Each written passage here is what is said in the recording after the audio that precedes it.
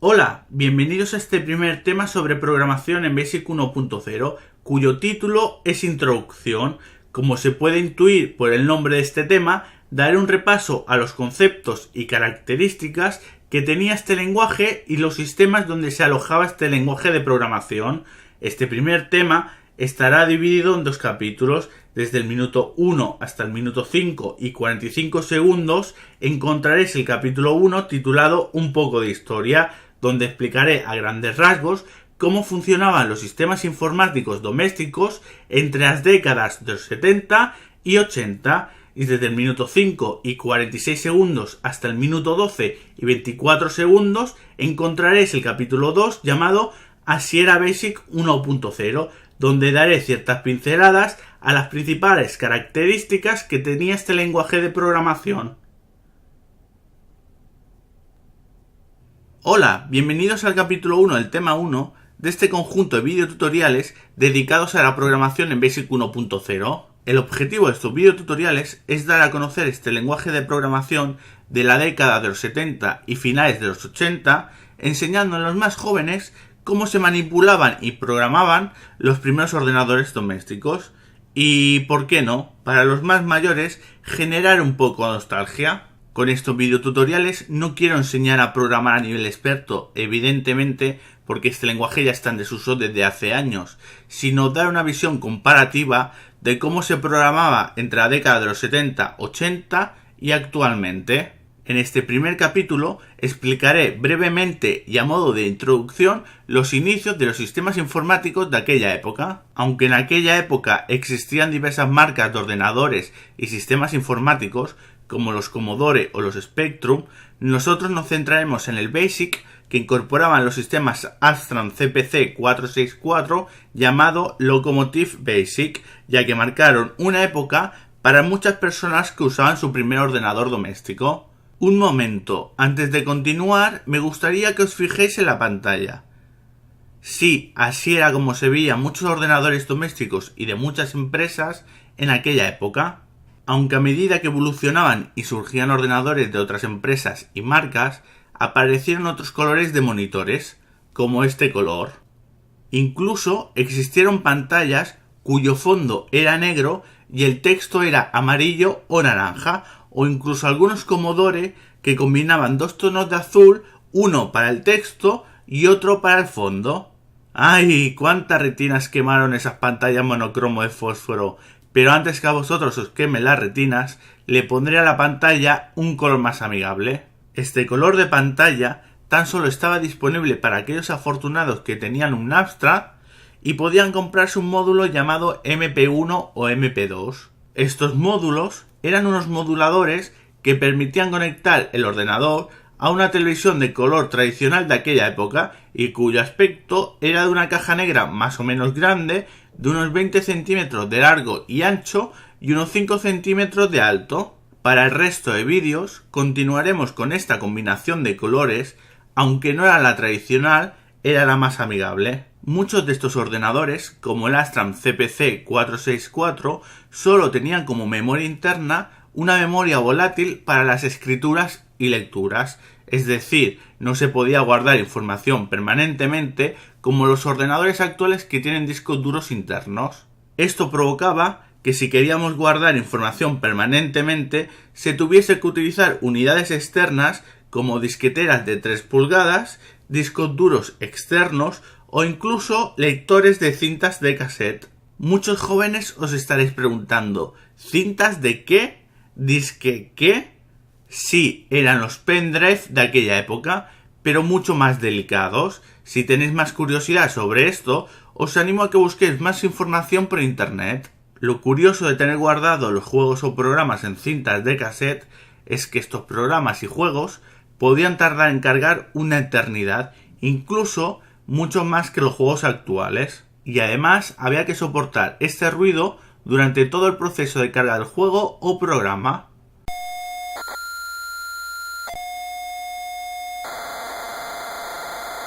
Lo peor de todo era cuando después de más de 10 minutos intentando cargar un juego o programa, no cargaba correctamente o se producía un error y tocaba volver a cargar ese juego o programa otra vez desde el inicio.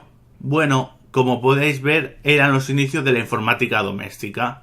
A pesar de esto, hay que destacar que estos sistemas informáticos tienen una ventaja respecto a los ordenadores actuales, y es que la rapidez para arrancar el sistema era mayor que los ordenadores actuales, porque los sistemas informáticos de aquella época tan solo debías apretar el botón de encendido y ya estaban listos para trabajar, ya que no era necesario esperar a que se cargase el sistema operativo. Como no quiero que se alargue este capítulo mucho más, ya que me quiero centrar en la programación de estos sistemas más que en su funcionamiento, daré por finalizado este capítulo. Espero que os gusten esta serie de videotutoriales y nos vemos en el siguiente capítulo.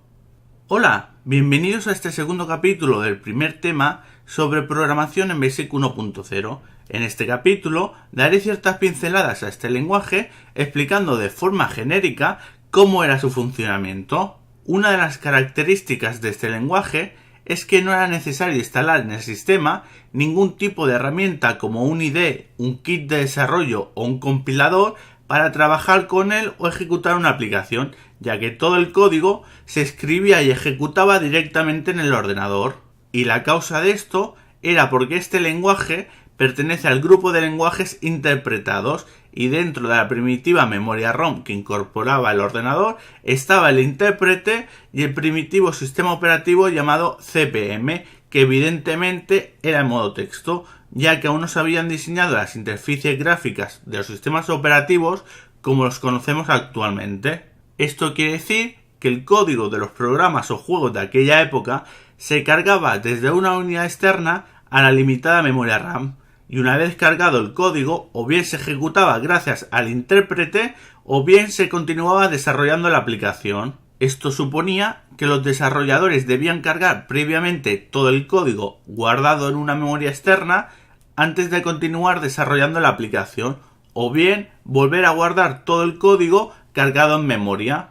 Una curiosidad de este lenguaje es que hasta los propios usuarios finales que utilizaban estos sistemas también se convertían en desarrolladores improvisados, ya que para interactuar con el sistema debían ejecutar las mismas instrucciones que un desarrollador para crear una aplicación. Otra característica de este lenguaje, y posiblemente la más distintiva, era la obligación de enumerar cada línea de código que se escribía para desarrollar un juego o programa. Lo habitual era que cada línea de código se incrementase un valor de 10 respecto a la línea de código anterior, es decir, que si yo quería escribir un programa de 3 líneas, la primera línea debía tener el número 10, la segunda línea el número 20 y la tercera línea el número 30, algo similar a esto.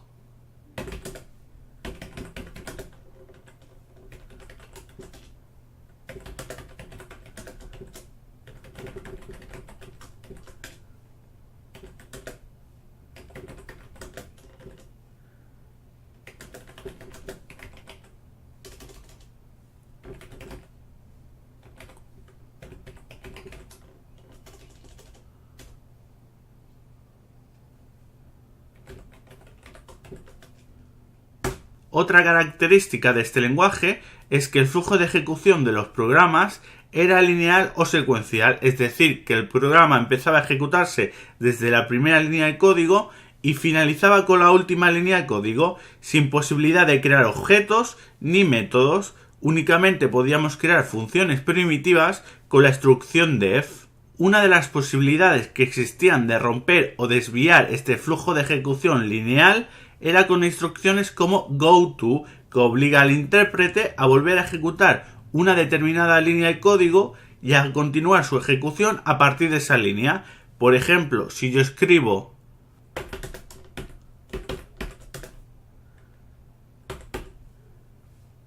cuando el ordenador ejecute la línea 40, el intérprete volverá a ejecutar la línea 20, luego la 30 y así sucesivamente. Otra forma de desviar el flujo normal de ejecución de un programa era usar las llamadas subrutinas, que vendrían a ser, junto a las primitivas funciones que podemos crear con la instrucción def, las antecesoras de las funciones en la programación modular. Básicamente se declaraban dentro del mismo código del programa, pero fuera del cuerpo principal del mismo. Su funcionamiento era sencillo. allí donde queríamos ejecutar el código de la subrutina en el cuerpo principal del programa, llamábamos a la instrucción goSub, indicando el número de línea donde empezaba la ejecución de la subrutina. Por ejemplo,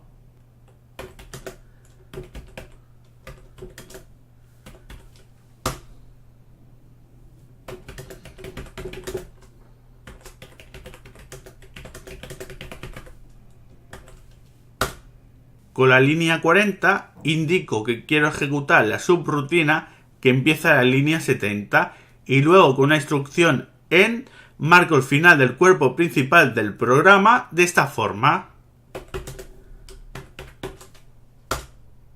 Y una vez hecho esto, ya podemos escribir el código que ejecutará la subrutina. Por ejemplo,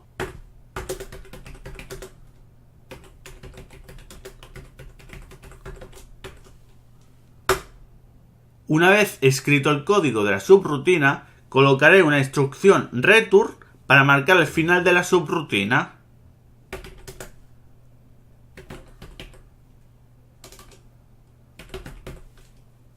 Con esto conseguiremos que al finalizar la ejecución de la subrutina, el programa continúe su ejecución en la línea siguiente después de la línea que ha llamado a la subrutina. En este caso, desde la línea 50 hasta la línea 60, que es la línea marcada con la instrucción end.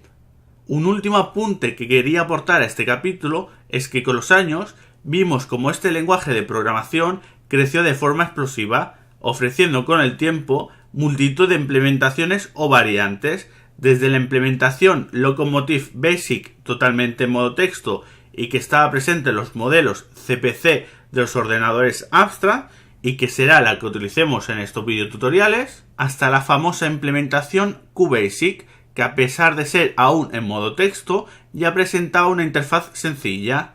Bueno, aquí doy por concluido este segundo capítulo del primer tema de Basic 1.0, donde he explicado de forma muy resumida cómo era este lenguaje. Espero que os haya gustado y nos vemos en el siguiente vídeo. Una vez dado por finalizado este tema, a continuación os dejo en este mismo vídeo o en la descripción del mismo un par de recomendaciones, o también podéis visitar mi perfil para consultar todos mis vídeos disponibles.